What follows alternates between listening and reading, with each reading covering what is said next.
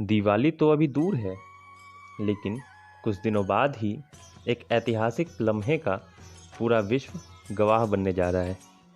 जब मर्यादा पुरुषोत्तम राम की अयोध्या में दीपों से सजावट होगी, हर घर दीपों से रोशन होगा।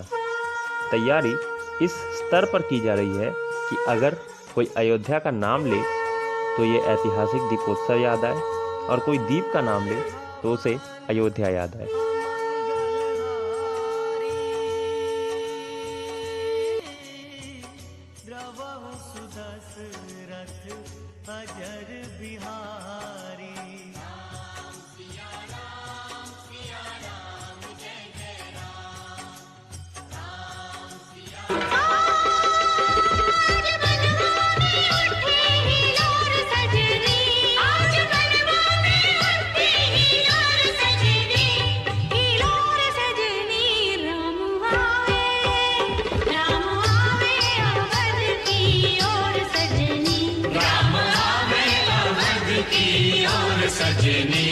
रामायण के इस दृश्य में त्रेता युग में जब राम 14 वर्षों का वनवास काट के अयोध्या लौटे थे तो लोग भाव विभोर हो गए थे। ऐसा ही कुछ इस कलयुग में भी हुआ है। मर्यादा पुरुषोत्तम राम अवध में आने वाले हैं कई सालों के वनवास के बाद, और इस ऐतिहासिक लम्हे की साक्षी बनने के लिए खुद प्रधानमंत्री मोदी अयोध्या पहुंचने वाले हैं।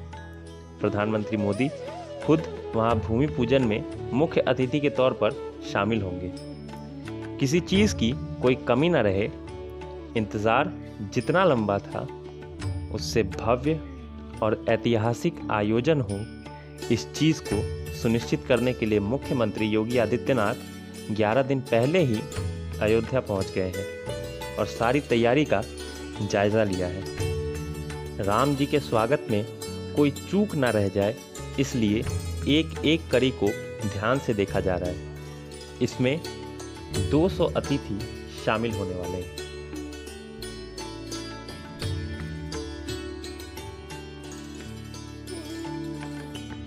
राम मंदिर करोड़ों राम भक्तों की आस्था का प्रतीक है, परंतु सालों से सियासत और कोर्ट के चक्कर में ये उलझ कर रह गया था।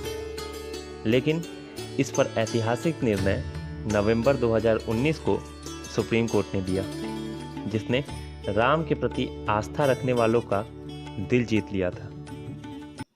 राम राम जय राजा राम, राम राम जय सीता राम, राम राम जय राजा राम। राम जी के साथ भरत, लक्ष्मण, शत्रुघ्न, सीता माँ और हनुमान जी के भी आगमन की तैयारी हो रही है। राम जी के प्रति हनुमान जी की भक्ति हमेशा हर किसी के लिए उदाहरण ही बनी है।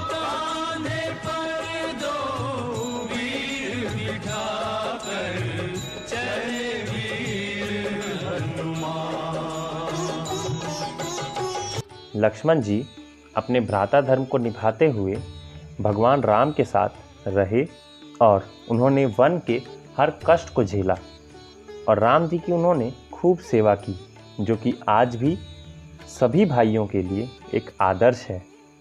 जहाँ एक ओर लक्ष्मण जी उन कठिन परिस्थितियों में राम जी और सीता माता की सेवा कर रहे थे, तो वहीं दूसरी ओर नियति लक्ष्मण जी और उनकी पत्नी उर्मिला की एक परीक्षा ले रही थी। लक्ष्मण जी और उर्मिला जी एक दूसरे से सालों तक दूर थे, परंतु उस वक्त में उन्हें अपने परेशानी को भुलाकर अपने कर्तव्य को प्रधानता देनी थी, जो उन्होंने बखूबी किया। लक्ष्मण जी ने राम जी और सीता माता की पूरे समर्पण भाव से सेवा की, और दूसरी ओर उर्मिला जी ने अयोध्यावासी और वियोग में डूबे बाकी सदस्यों को संभाला था, जो कि उनके त्याग को सर्वश्रेष्ठ बनाता है। दशरथ जी और माताओं का दर्द भी बहुत बड़ा त्याग था। 14 सालों का इंतज़ार, कौशल्या माता का दर्द वो कोई समझ नहीं सकता, क्योंकि वो एक माँ का दिल है। और दशरथ जी का पुत्र वियोग तो सब जानते हैं। सुमित्रा माता की परीक्षा भी बहुत कठिन थी, क्योंकि उनके पुत्र लक्ष्मण उनसे दूर थे और उन परिस्थितियों में उन्हें कौशल्या माता को भी संभालना था और खुद को भी संभालना था। भैया और भाभी माता के समान होते, बड़ भागी उनकी सेवा का सुख पाते हैं। बड़ों की सेवा से मिलते हैं जो आशीर्वाद, वही कभी प्राणों का कवच बन जाते हैं।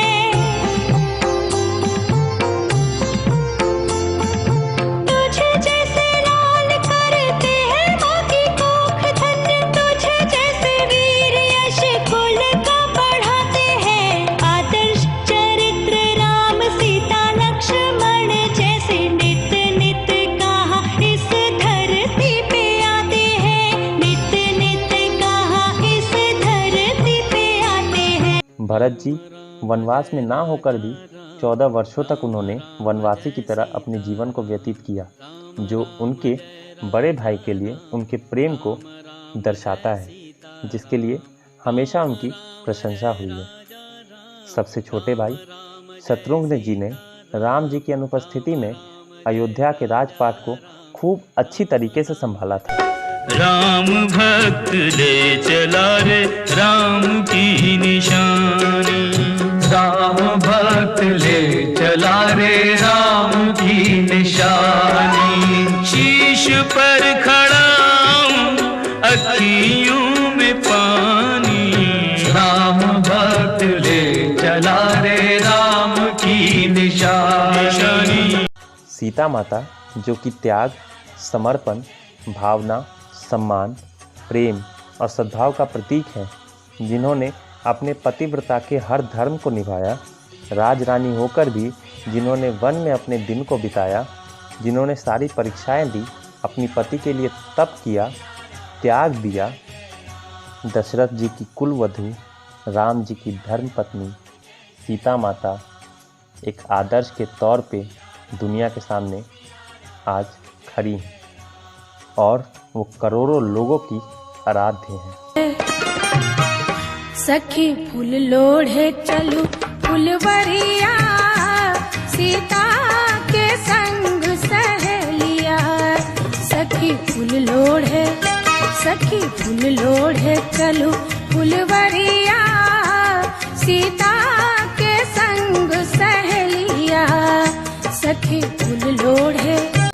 भूमि पूजन के लिए कई शहरों, तीर्थों से मिट्टी और जल अयोध्या ले जाई गई है। तैयारी और राम भक्तों के मन में हर्षोल्लास, उत्साह और उमंग जोरों पर है, परंतु यहाँ राम मंदिर पर सियासत भी जोरों पर चल रही है। बहरहाल इस शुभ अवसर पर ऐसी बातें ना करते हुए हम ये बता दें कि मेरठ की मुस्लिम महिलाओं ने राम जी को राखियाँ भेजी है। अयोध्या के मुस्लिम भाइयों ने सांप्रदायिक सौहार्द का एक प्रखर उदाहरण पेश करते हुए राम मंदिर के निर्माण में अपने हर संभव मदद करने की बात कही है और उन्होंने ये भी कहा है कि वो इंतज़ार कर रहे हैं कि जल्द से जल्द भव्य राम मंदिर तैयार हो जाए। इस चीज़ ने राम के नाम पर धार्मिक सियासत करने वालों को एक करारा जवाब दिया है।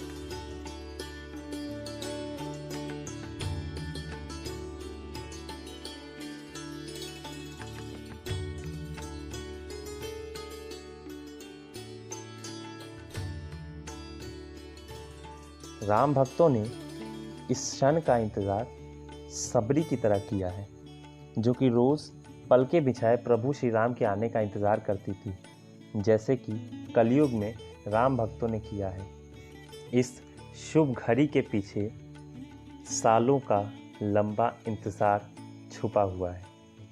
अपना राम जी के सबरी जो हेली बटिया, अपना राम जी के सबरी जो हेली बटिया। भगवान राम के आगमन पर त्रेता युग में अयोध्या को दीपों से सजाया गया था।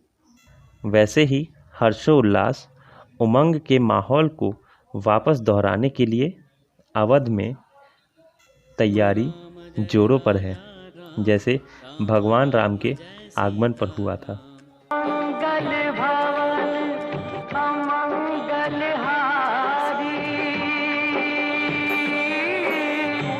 द्रवहु सुदशरथ अजर बिहारी।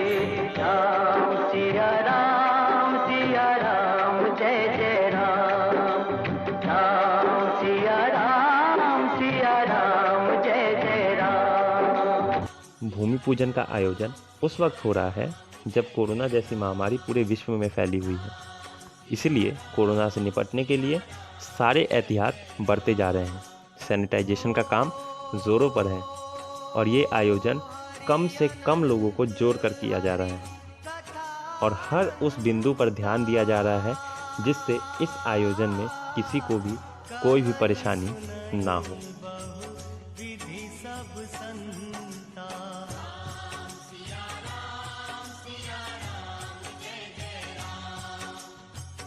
सालों बाद कई मझधारों को पार करके अब फिर अवध में राम आने वाले हैं। ये खुशियों का त्यौहार है। हर्ष उल्लास से हम सभी को भगवान का स्वागत करना चाहिए। दुआओं का असर हुआ है। अवध में राम आने वाले हैं। अब उनके पांव पखारे जाएंगे। अवध में राम आने वाले हैं। सजाते हैं घरों को गुलशन सा। अवध में राम आने वाले हैं। अब कुटिया भी दुल्हन से लगने वाली है। अवध में राम आने वाले हैं। जय श्री राम।